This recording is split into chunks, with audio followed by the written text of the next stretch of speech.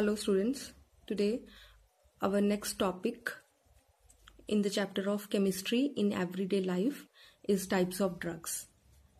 कितनी तरह के ड्रग्स होते हैं आज हम उनके बारे में पढ़ेंगे और इनके अंडर वो सारे ड्रग्स कवर किए गए हैं जो आप लोगों के सिलेबस में मेंशन है.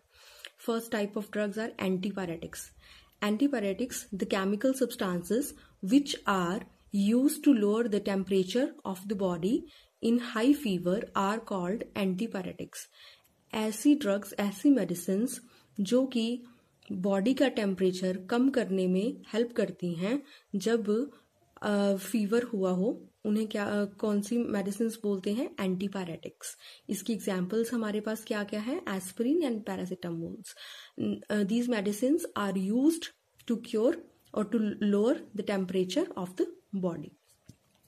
सेकेंड टाइप है analgesics. The chemical substances which are used to relieve pain without any side effects like mental confusion, paralysis, etc. are known as analgesics.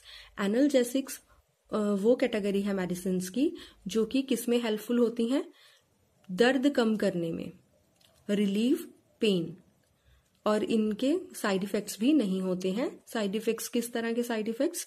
For example किसी भी तरह का मेंटल इशू इन्हें ज़्यादा long time लेने से नहीं आता, या फिर पैरालिसिस जैसी अटैक्स भी नहीं आते. राइट तो इन्हें फर्दर बेटा दो कैटेगरीज में डिवाइड किया गया है. These are further classified into two categories. First is narcotic. Narcotics को एडिक्टिव ड्रग्स भी बोलते हैं क्योंकि इनकी लत लग जाती है इंसान को अगर लॉन्ग टाइम इस्तेमाल की जाए. Some narcotic drugs are used as analgesics. Analgesics के तौर पे कुछ नार्कोटिक ड्रग्स का इस्तेमाल किया जाता है. For example morphine, heroin, codeine. These type of drugs reduce pain but produce sleep. ये ड्रग्स पेन को कम तो करती हैं लेकिन इनके साथ नींद बहुत ज़्यादा आती है. ये स्लीप प्रोड्यूस ड्रग्स होती हैं. And if we use in high amount they become threat for our life. और अगर इनका बहुत ज़्यादा मात्रा में इस्तेमाल किया जाए तो इंसान की मौत भी हो सकती है. सेकेंड कैटेगरी है इसकी एनाल्जेसिक्स की, non narcotic non addictive drugs. Non addictive drugs means in medicine को लेने से, लॉन्ग टर्म भी लेने से इनकी लत नहीं लगती है. The common non narcotic drugs are paracetamol and aspirin. Out of these aspirin has been very popular. हमारे पास जो commonly used non narcotic drugs हैं वो पैरासिटामोल और एस्पिरिन हैं, और इनमें से एस्पिरिन जो है वो बहुत ही ज्यादा पॉपुलर है. क्यों पॉपुलर है? Because it has antipyretic properties also. हमने ऊपर ही डिस्कस किया है कि ये बॉडी का टेम्परेचर मेंटेन करने में भी हेल्प करती है. तो वो एंटीपायरेटिक प्रॉपर्टी हो गई इसकी, तो इसके पास एंटीपायरेटिक प्रॉपर्टी भी होती है. तो ये दोनों काम करेगी, पेन भी ठीक करेगी और साथ में बॉडी का टेम्परेचर भी मेंटेन रखेगी. Aspirin inhibits the synthesis of compound which causes pain. Aspirin उस कंपाउंड की सिंथेसिस, उस कंपाउंड का बनना ही रोक देती है जिसके कारण से पेन हो रही है बॉडी में. These drugs are quite effective in relieving skeletal pain such as that due to arthritis. Arthritis जैसी डिसीजेस के कारण जो पेन रहती है बॉडीज में उनको ठीक करने में ये मेडिसिन हेल्प करती हैं. राइट यहाँ पर मैंने आपको एस्पिरिन और पैरासिटामोल के स्ट्रक्चर्स भी दिए हैं. थर्ड कैटेगरी है that is tranquillisers. Tranquillisers are the chemical substances used for the treatment of stress, mild and severe mental diseases are called tranquillisers. ऐसे केमिकल सब्सटेंसेस जिनका इस्तेमाल डिप्रेशन या फिर स्ट्रेस के ट्रीटमेंट के लिए किया जाता है, या फिर जो लोग मेंटल डिसीजेस से जूझ रहे होते हैं, जिन्हें मेंटल इश्यूज होते हैं, चाहे वो लो लेवल के इश्यूज हों चाहे लार्जर लेवल के, उनमें ट्रैंक्युलाइजर्स का इस्तेमाल होता है. These are also called neurological active drugs. इन ड्रग्स को न्यूरोलॉजिकल एक्टिव ड्रग्स भी कहा जाता है. क्यों कहा जाता है? As they act on higher centres of nervous system. क्योंकि ये नर्वस सिस्टम के सेंटर पर जाकर एक्ट करती हैं, अपना एक्शन वहां दिखाती हैं. They help to restore confidence and work patients work with full capacity. They produce temporary excitement.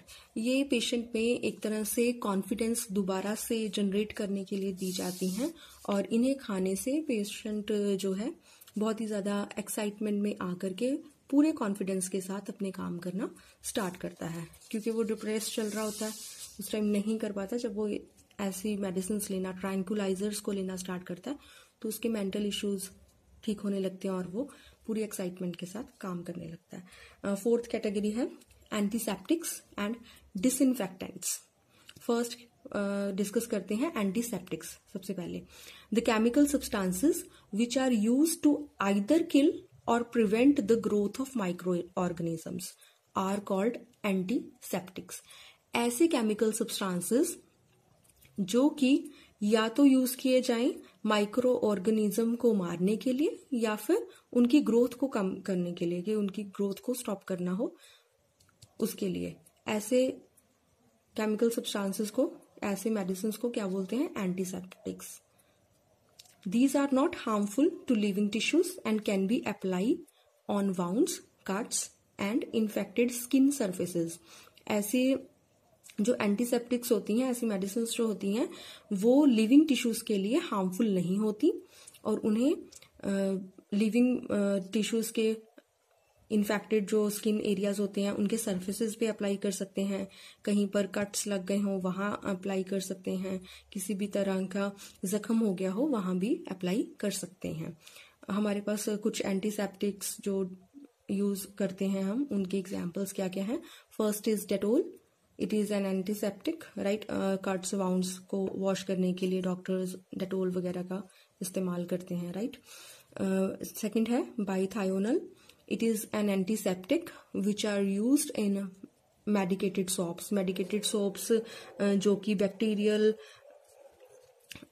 Micro organisms के कारण जो स्मेल होती है उसे दूर करने के लिए सोप्स में इस्तेमाल की जाती है एज अ एंटीसेप्टिक। नेक्स्ट है iodine. It is a powerful antiseptic. It is used as tincture of iodine. ये भी एक तरह की आयोडीन जो है पावरफुल एंटीसेप्टिक है और इसे टिंक्चर ऑफ आयोडीन के तौर पे इस्तेमाल किया जाता है। ये टिंक्चर ऑफ आयोडीन क्या है? Basically this is the 2 to 3% solution of iodine in alcohol और वाटर। एल्कोहल और वाटर में के बीच में 2-3% आयोडीन का सोल्यूशन होता है और इसे किस पे? जख्मों पे लगा सकते हैं और ये वहाँ एंटीसेप्टिक का काम करके माइक्रो ऑर्गेनिजम्स की ग्रोथ को कम करती है।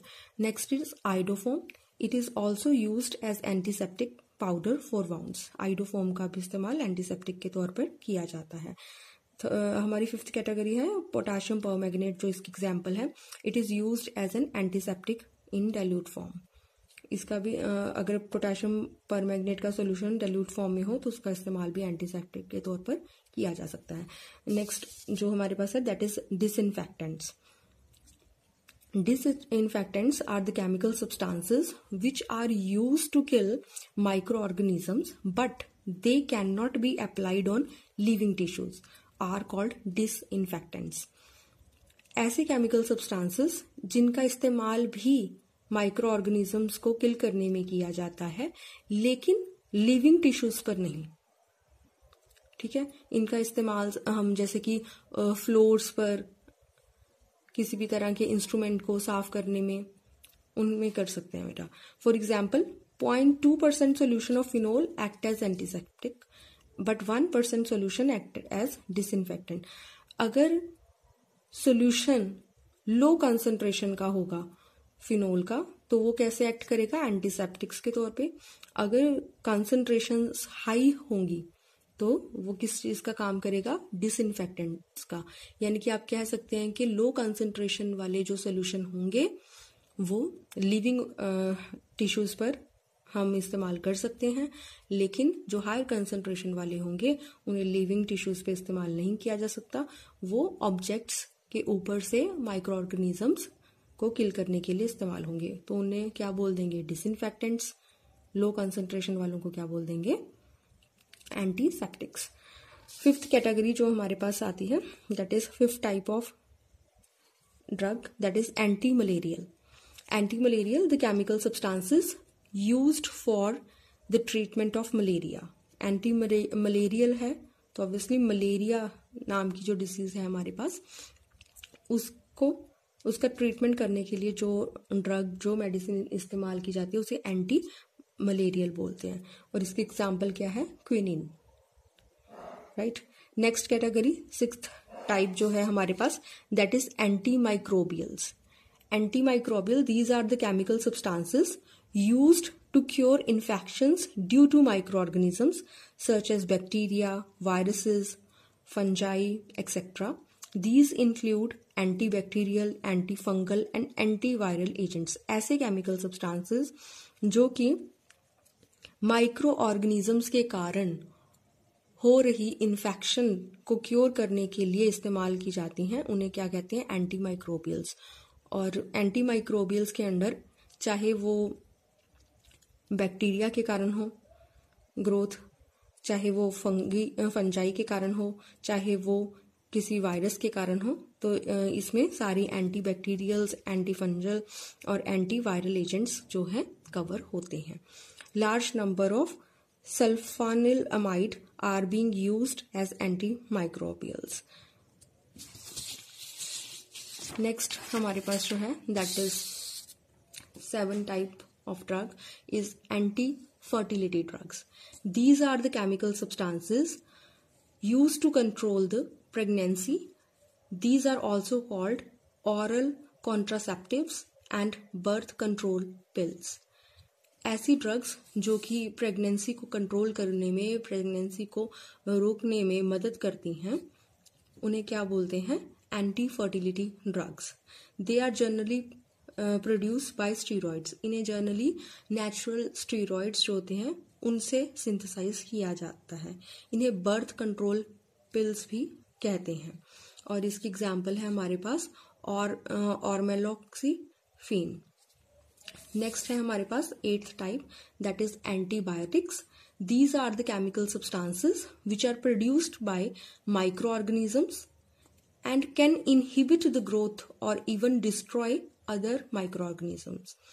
ये ऐसी तरह के chemical substances हैं जो कि एक तरह के माइक्रो ऑर्गेनिजम्स से प्रोड्यूस किए जाते हैं दूसरी तरह के माइक्रो ऑर्गेनिजम्स को मारने के लिए, राइट। तो इसकी हमारे पास जर्नल एग्जाम्पल जो है दैट इज पेंसिलिन। यहाँ पे आपको एक जर्नल स्ट्रक्चर भी दिया गया है पेंसिलिन का। Penicillin is a narrow spectrum antibiotic, यानी कि ये लिमिटेड बीमारियों के लिए इस्तेमाल की जाती है पेंसिलिन। लेकिन हमारे पास एक और एंटीबायोटिक है दैट इज क्लोरोमाइसिटिन।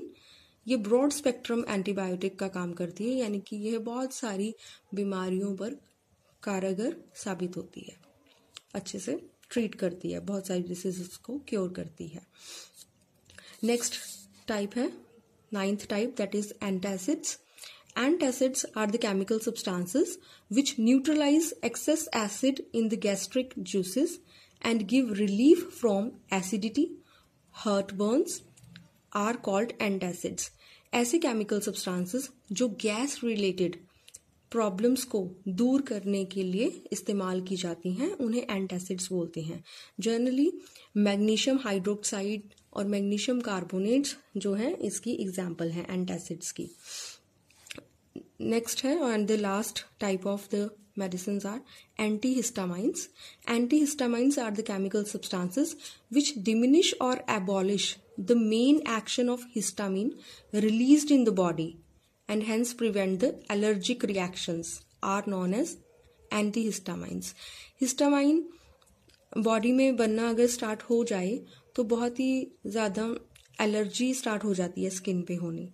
तो एंटीहिस्टामाइंस जो है हिस्टामाइन का बनना कंट्रोल करती हैं, हिस्टामाइन का बनना कम करती रहती हैं और एक टाइम पर आकर इसका बनना बंद हो जाता है इनका सेवन करने से, इनका इस्तेमाल करते रहने से।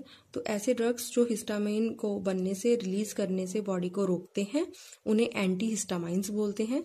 दे are also called anti allergic drugs. Histamine के कारण एलर्जी हो जाती है तो ये एलर्जी को दूर करते हैं, तो इसलिए इन्हें एंटी एलर्जिक ड्रग्स भी बोला जाता है। These are used to treat allergies, example skin rashes.